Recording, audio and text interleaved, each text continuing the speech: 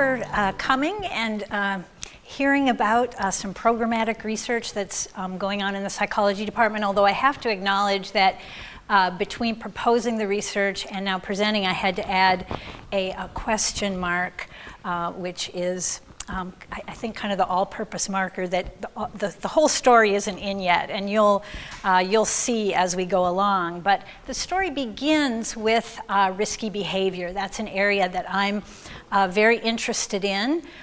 Risky behavior can be defined as behavior that's enacted despite a high likelihood of negative consequences. Now, in this research, and you can, risky behavior can occur in almost any situation, but this risky behavior measured among Francis Marion College students is, and we're still gathering data, is risky sports, reckless driving, school and work procrastination,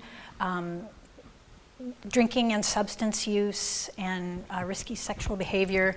Now, it's tough to study for one reason, because risk actually has multiple sources. Age, for example. This young fellow is probably just naive to what he's engaged in here. But we also see in adolescence there are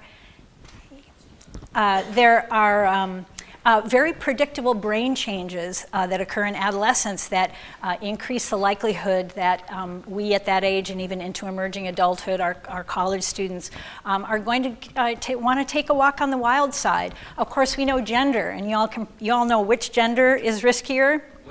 Well, it's actually men, although those gaps are shrinking, which is a whole other interesting arm of this study. Personality, we know extroverts tend to be more willing to get out there, and there's a personality type that's referred to as sensation seeking, and we know that that's been linked to some alterations in the neurotransmitter systems, those neurotransmitters of reward that make these people low in those neurotransmitters. So in seeking that reward, they're willing to take risks. My research is most dedicated to this last on the list, which is risk-taking that emerges subsequent to being in a high-risk early environment. So it's really a very developmental phenomenon. And so it's, beg your pardon? Oh yeah, thank you, Pam. It is. Yes, yes. Calculations apparently are not my strong suit, but we could probably add why I put a number on it is I wasn't thinking very clearly, but we could probably make this list longer. But in terms of the high risk environment. This study has been really helped by evolutionary psychology and evolutionary biology, which has now dubbed this area of behavior subsequent to growing up in one type of environment over another as life history theory. And this is really the view that we adapt to our environment over the course of our development in a very conditional way, depending on the quality of that environment. Is it very stressful? Is there a lot of uncertainty? Or are the resources very rich and there's a lot of predictability? This actually is hardwiring our biology and our brain for us to behave in different ways. Now, it borrows from a view from biology of reproductive strategies, the so-called RK scale, which has observed for a long time that species tend to respond to given environments in some ways that enhances their reproduction. So our selected species, and apparently oysters are selected, but think of your average rodent. He reproduces fast, he reproduces often, he has a lot of offspring, and presumably that protects him in environments where threat is pretty common and it's survival by numbers. Contrast that with the other end of the scale, and we could really put humans at the very far end of the K selected species, who survive by producing high quality products. So we nurture, we teach and train our young over these long extended periods of immaturity and enhance their survival that way.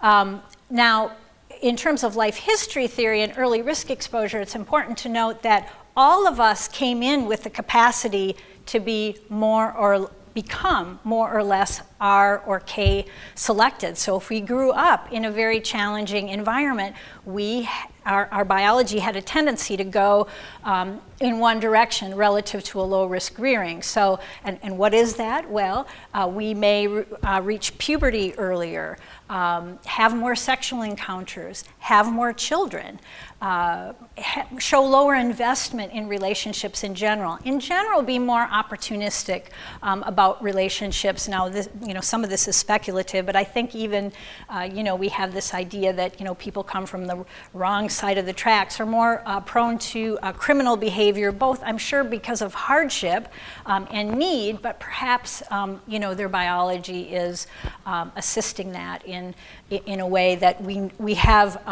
determined this in terms of reproductive behavior. Now, this shift in reproductive behavior can be produced in a laboratory. It can be produced it's been produced, I think most commonly among rodents, but all one needs to do to really see this shift in a group of rodents, particularly females, is to remove the sexually mature male from the nest, and it's some sort of releasing factor to shift reproduction in this direction. Now, we don't know exactly how that development maps onto human development, but we do know with humans that along with this complex of behaviors comes, and this may look like it reads like lowered life expectancy, but what I mean there is that people in this developmental ballpark, will predict that they will live less than somebody who's coming from an enriched environment. So they will say, well, I'm more likely to say I'm not going to live past 30 than live to a ripe old age. So there are cognitive aspects to this. It's not simply reproductive biology. Now, that's a lot of theory, and I wanted to bring this down very practically and make it real for you. And you may remember this comment that was made by Andre Bauer, who was our lieutenant governor in South Carolina from, I think, 2003 to 2011. He made the statement about his grandmother advising him not to feed stray animals because it will just encourage them to reproduce. And he had it exactly wrong by life history theory, exactly. That turning up the stress on an organism, on a mammal, is a surefire way to shift that organism into a more fast and loose, a more live hard, die young strategy. And I'm sure you all agree that providing health care for children and quality education for children, and these things are really, they're reducing the stress on kids, and they're ensuring that that they don't have to fight their biology along the way. So how do we, now with that introduction, how are we studying risky behavior here at Francis Marion? Well, we are using a tool that's pretty cool because it's available to be downloaded off the internet, and I just downloaded a version here because I think it's going to be best if you all see this task in action, and that's the Iowa gambling task. So I think before I talk about it, I'm going to pick someone, and I'll just I'll pick Marie because I know Marie and she'll forgive me. But I think you have to come up here, Marie, because I don't know if. Okay. So the streamline instructions, Marie, are that you see, and you use the, I think you just use your mouse there. You see 4 card decks. You begin with $2,000, and by using your mouse to pick cards, make as much money as possible, and it will give you a running total.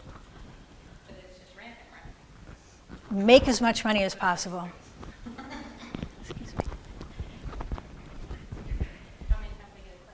Just go for a bit. Now, there are 100 trials in this. We won't have Marie go 100 trials. We'll have her go a little bit.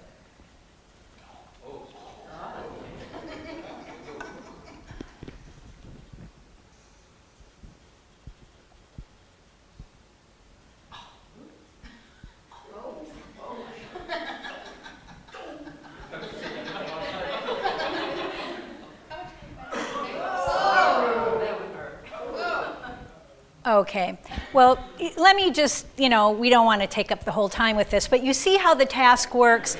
Let me, we may have a sensation seeker on our hands, but let me ask you, Marie, how do you think you did? Well, pretty average, probably. Pretty average. Did you have a sense of what the task was about? No. Or you don't have an idea of what the agenda is here? No. Oh, good. And that actually is a key to, presenting to you our findings, is that it's the purpose of the task is very opaque to people who take it, and actually, sorry about that. So, just to give you some background before I launch into findings about the task. This task tests people's ability to settle for smaller rewards that come with smaller risks versus going for the large reward with the big risk. So it really tests it has a lot of verisimilitude in that these are real life choices. Should I bump over the convenience store? Or should I punch that clock, which comes with certain risks, but they're not as great as going to jail. And as you were watching Marie do the task, you may or probably didn't have enough time to become aware. Although I do think some people get the task by the end of it, but it's not most people. The 2 left-hand decks.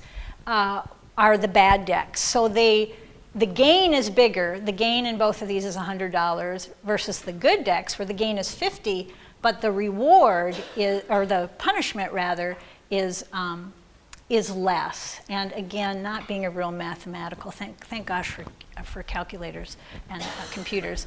But you can see that the loss over 10 cards for for the 2 bad decks and the 2 good decks, it's dramatically different. Where almost everybody ends in the hole.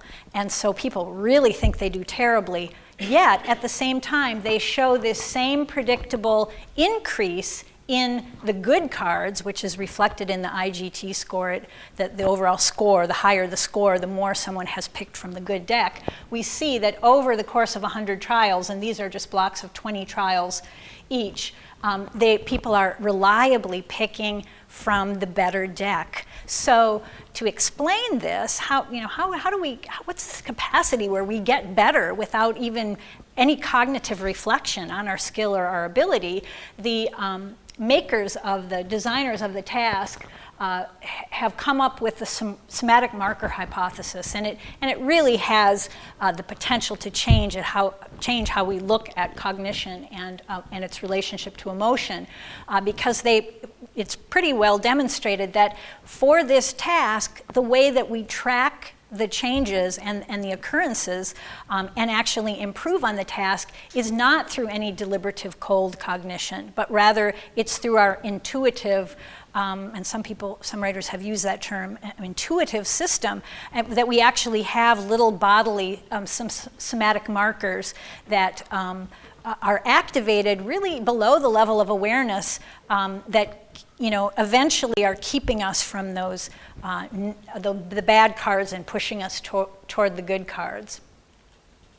Now, another cool thing about this task is that we know the brain area that subserves this task, and that's not true of many neuropsychological tasks.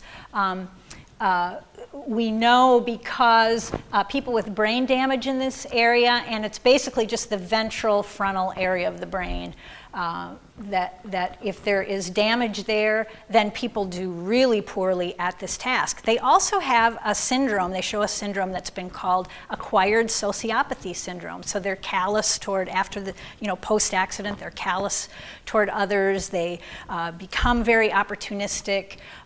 They have quite the personality change. Whole populations, if you want to find poor scores on the Iowa gambling task, you need only get a group of people who have violent offenders or violent suicide attempters. Chronic unremitting alcoholics tend to do very poorly on the task. Now, in our research, of course, and again, because riskiness is a funny thing, you can't look in a community sample and find that your higher risky people they don't do more poorly on the Iowa gambling task. So that was one part of this research, which I'm sure has, plenty of other people have looked at that. And so in my ruminating on,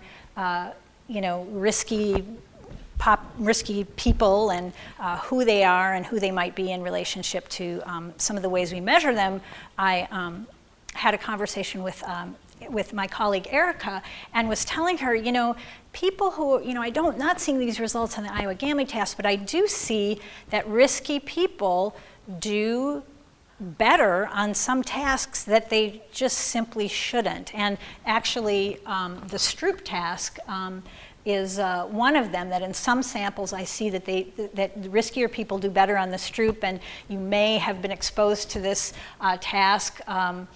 This is where you have to color name instead of read. So the word is BLUE, but you've got to say red there. The word is GREEN, but you've got to say blue there. And so there's some response competition, and as readers, we have reading very overlearned, and so it's kind of a hard task. And in this conversation with Erica, she said, well, we should compare the Iowa gambling task to the Ravens standard progressive matrices, and that really began. I'm going to let Erica pick up the story from then, but it launched the current incarnation of this research. Okay, so the cool thing about collaborating with colleagues is that we came from completely different ways of looking at the same problem, even though we're both experimental psychologists, which means that we don't work with the clinical population. If someone comes and tells me their problems, I don't really know what to do about that. But I can tell you how people think in more of a rational manner. Teresa Herzog is a fellow experimental psychologist, but her focus is more on developmental psychology. So she studies the changes in people over time, like over childhood, adolescence, and early adulthood. Whereas my focus is more cognitive psychology, which is sort of how do people think, how do people learn, problem solving, adaptability, sort of the things that I've been focused on in my research and training are less about the emotion and motivation, which Teresa actually teaches a class on motivation and emotion, and more about those sort of what she referred to as cold cognition. The rules that we solve problems by and what strategies do we use, those things that have less to do with emotion and motivation. So when I heard about the Iowa gambling task, I thought to myself, well, that sounds like a problem-solving task to me. So what if we give people basically an intelligence test that tests their ability to find patterns and solve problems?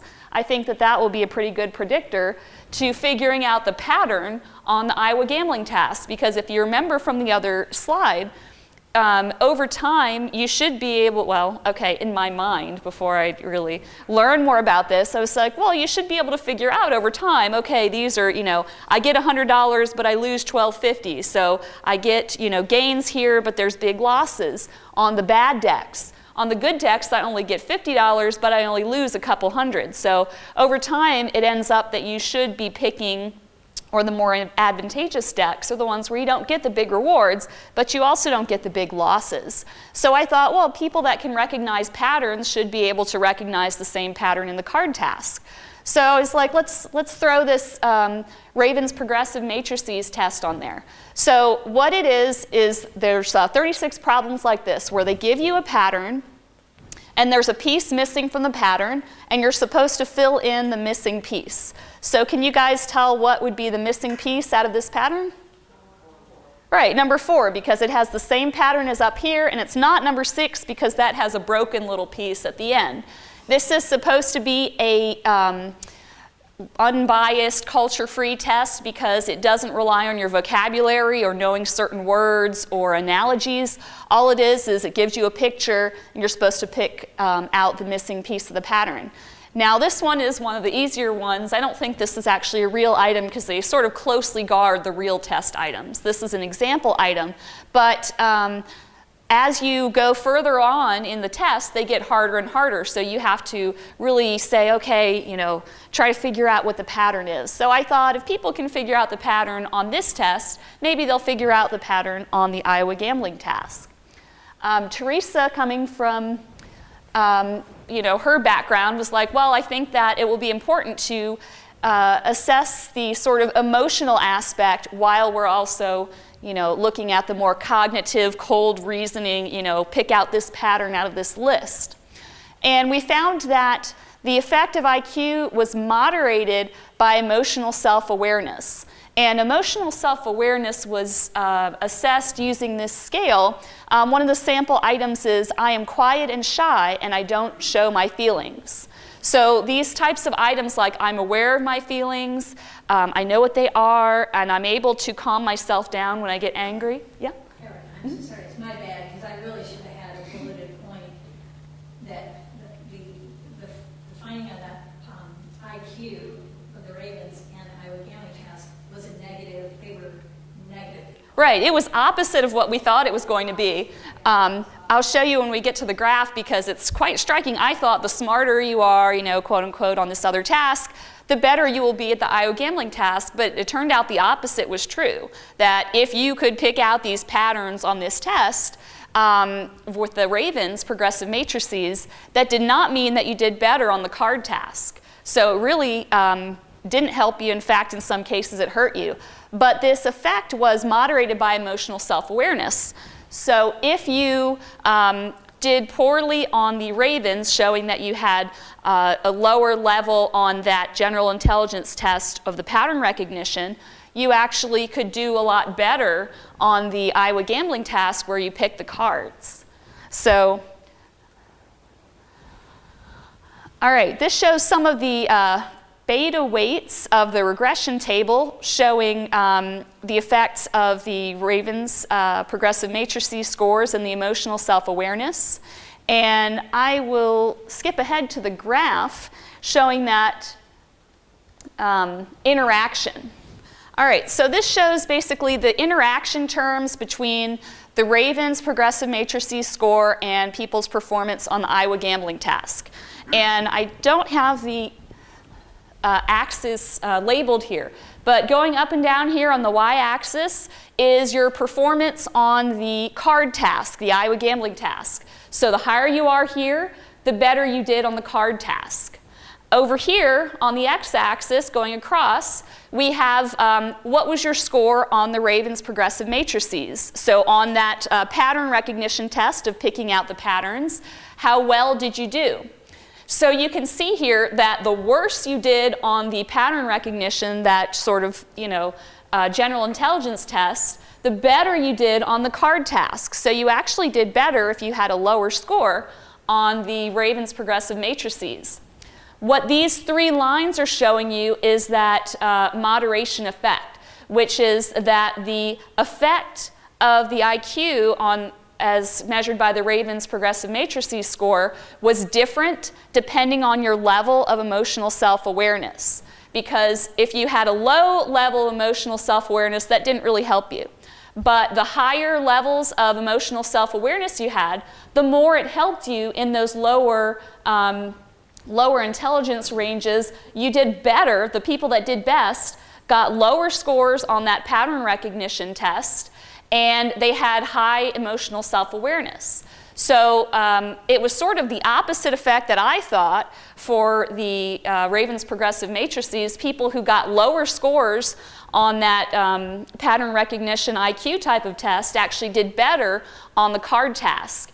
And that was moderated by people's level of emotional self-awareness. If you're aware of sort of the gut feeling of what's going on, how you're feeling at that time, that can really help you. So that really said to me that it wasn't just what I thought, which was, oh, you know, problem solving, general mental ability. It really is something about your gut feeling, how you're aware of what your mood is, how you can control your mood. All these things are really important in terms of how we perform in these risky situations. So I'll turn it back over to Teresa now for her part of the talk.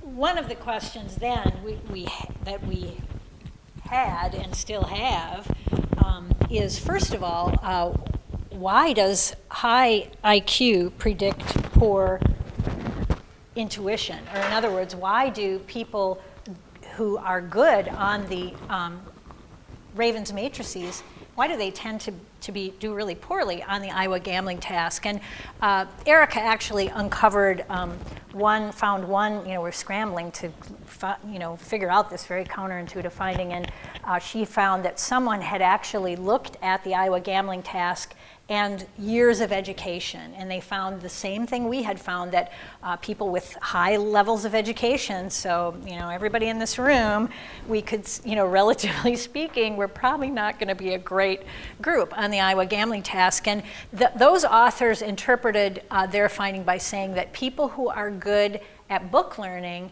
come to rely on analytical cognitive ability. They come to rely on strategies. They rely on what's the right answer, what's the procedural analysis I need to apply in this situation, and actually the part of the brain, we actually know something about the part of the brain that governs that, and that's an area that's adjacent to these ventral cognitive areas that seem to be more hotly cognitive. This is a very coldly cognitive area. So, again, this is a question we want to delve into more.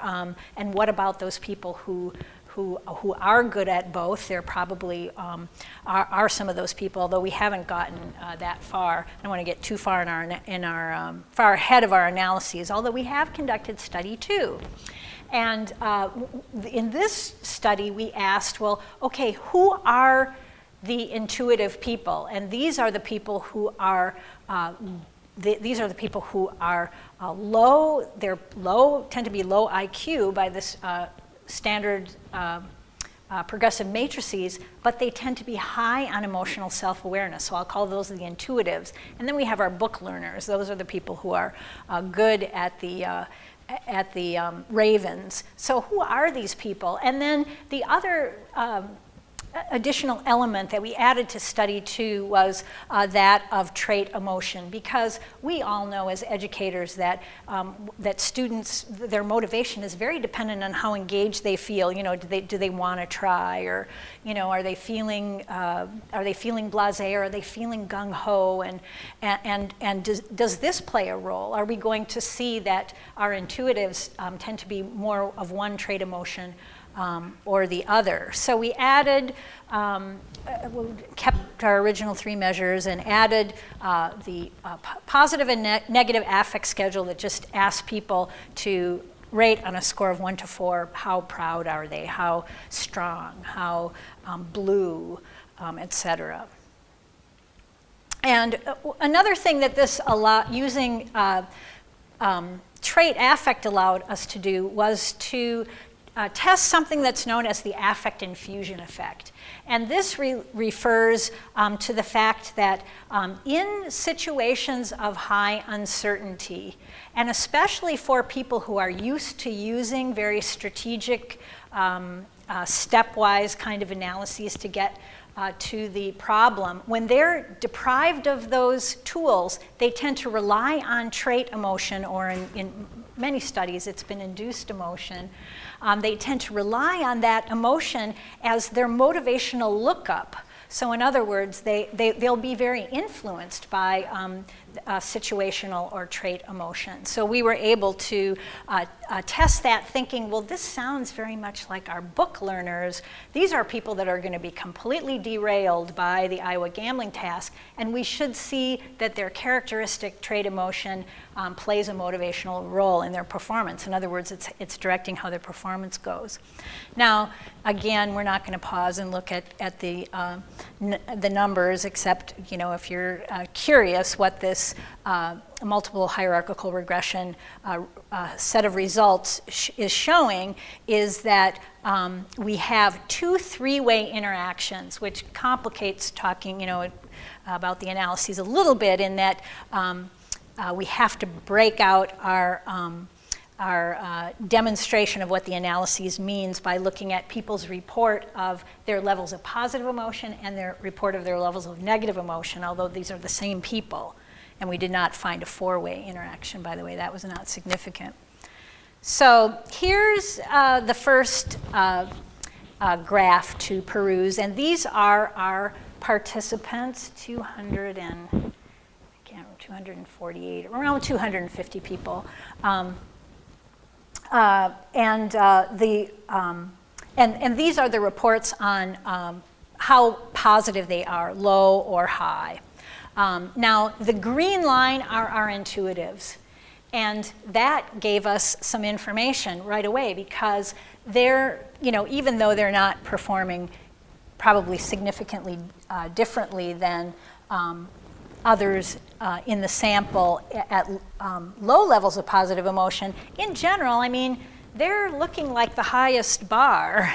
And then if we go to the graph, and I don't mean to make you nauseous by switching back and forth, but I think it's instructive to make the point visually that then if we look at how people rated themselves on negative emotion, high or low negative emotion, we clearly see that our intuitives perform better on the Iowa gambling task. And again, on that y-axis, the higher up you are on the Iowa gambling task, the more you picked from those good decks, the more intuitive you are. Now let's inspect our book learners. I don't know if I can go back now. I'll just make my points from this graph. No, that's all right, Rusty. We did actually support the affect infusion effect. So we saw that for the case of both emotions, it was people who were high on the ravens, but low in emotional self-awareness. So these are book learners, but these are book learners without a lot of insight into their own emotional processes, that when they rated themselves high in negative emotion, their performance on the Iowa gambling task tanked. It's the opposite for high positive emotion. Their performance actually goes up. So, I mean, it's suggestive. Obviously, we need to do more work, but we did support our hypothesis of what we would see, that book learners actually, when they're devoid of a good cognitive strategy, they will inadvertently be using their own trait emotion as a motivational default. So that was interesting to us. And then, of course, obviously, the fact that our intuitives seem to perform better really no matter what the trait emotion, because no matter what the trait emotion, they seem to perform better. So that was of interest as well. Now, we had set out to find out, who are our groups. And so we had some measures for a post hoc analysis, so we could identify, what other characteristics can we say about our groups. So we, of course, looked at GPA. Now, this was self-reported GPA, but nevertheless, GPA, risky behavior, of course. So is there, one of these groups that's going to look riskier? Early risk exposure. And we were very interested to see by measuring early risk exposure, are our intuitives simply kids who perhaps in another environment would have been good book learners, but instead their behavior's kind of been canalized into this street smarts sort of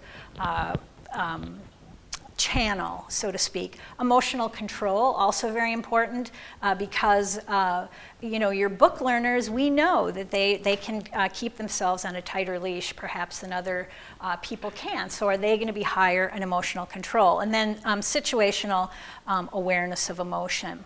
And I've just reproduced our graphs and put indicated as unless we had a little cluster group going on where it would have been hard to indicate, I've indicated where there are significant differences according to group on our measures. So we were not surprised, of course, that our intuitives are also low in GPA, although that helped to validate using self-reported GPA. That's, would make you a little nervous, so we really needed to see that they should be our low Ravens performers.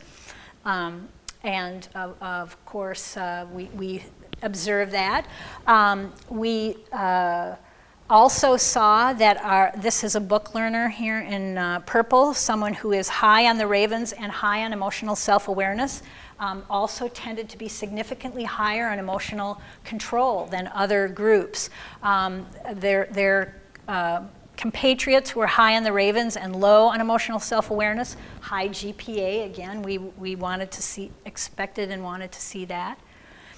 And then on the negative emotion graph, this was answered one of our research questions, that about the risk, the relationship to early risk. Now I should say risky behavior did not show relations to any of the groups. So on that particular hunt I was foiled, although that research is proceeding in other, in some other directions. But we did see, in answer to this question of early risk exposure, we saw that our intuitives indeed were, our intuitives who were high on negative emotion reported the highest risk exposure, significantly higher than any other group. However, that same group, if they reported low negative emotion, were the lowest risk exposed people in the sample. So clearly that's capturing variability in negative emotion and not variability in risk exposure. So it suggested to us these are not kids who have, come up the hard way and they've got street smarts. They've just developed their street smarts instead of their book learning. Instead, this looks like a variety of learner, which is really as educators, this is exciting to us. So we need to know more about them. So study 3 is underway. I'll just have a little pilot data for you. One of the things we need to do is extend and replicate. We need to make sure we can replicate the findings, but also see that they are valid in different ways. So when we say IQ, we need to know what are we talking about. Well, we ran the same analyses, putting in the place of IQ self-reported executive functioning. So these are items that ask people about, can I find my keys? Can I follow through with a plan? Can I behaviorally just, is my frontal lobe really is it online most of the time? And instead of trait emotion, we looked at extroversion because it's very well known that extroverts are ridiculously high in positive emotion. And I won't show you the 3-way graph because this is a sample of 43 people. So this is not a finding, it's just an exploration to say, okay, are we barking up the right tree at all? But looking at the 2-way interaction here, we do see exactly what we anticipated to see if all was in our favor. But now instead of an intuitive line, we don't have a line of intuitives. We just have a single point up there, and that is low. In this case, not IQ, but executive functioning, and high emotional self-awareness. And we see that indeed our intuitives, even if we measure them by executive functioning instead of the Ravens' IQ, we're seeing the same thing. And it looks like we're going to find the same sorts of trait emotion directions using extroversion and neuroticism. So it is exciting. Oh, and I asked, because on these data, I asked my husband before I went into work, I knew I was going to look at majors, because now I need to know, who are these kids? What are they doing? Well, how can we encourage them? Because they're not getting all the good stroking of, oh, they've got the GPA and you've turned in your paper perfectly on time and all that stuff. And I said to my husband, who do you think in what major are the intuitives going to be? And of course, he's an artist, and I thought he might have said art, but he said, you know what? Stockbrokers. And by gosh, this group, the biggest, the largest proportion among majors were business majors. Our intuitives are business majors. So that is very cool. And then I felt better about them. I'm like, oh, they're in the right hands. They're being, fostered and mentored in a direction where they know they can play, fast and loose, and not dot every I and cross every T. But we have them in our other departments, have them in our classrooms as well. So where are they going? What are they doing? What are their goals, et cetera?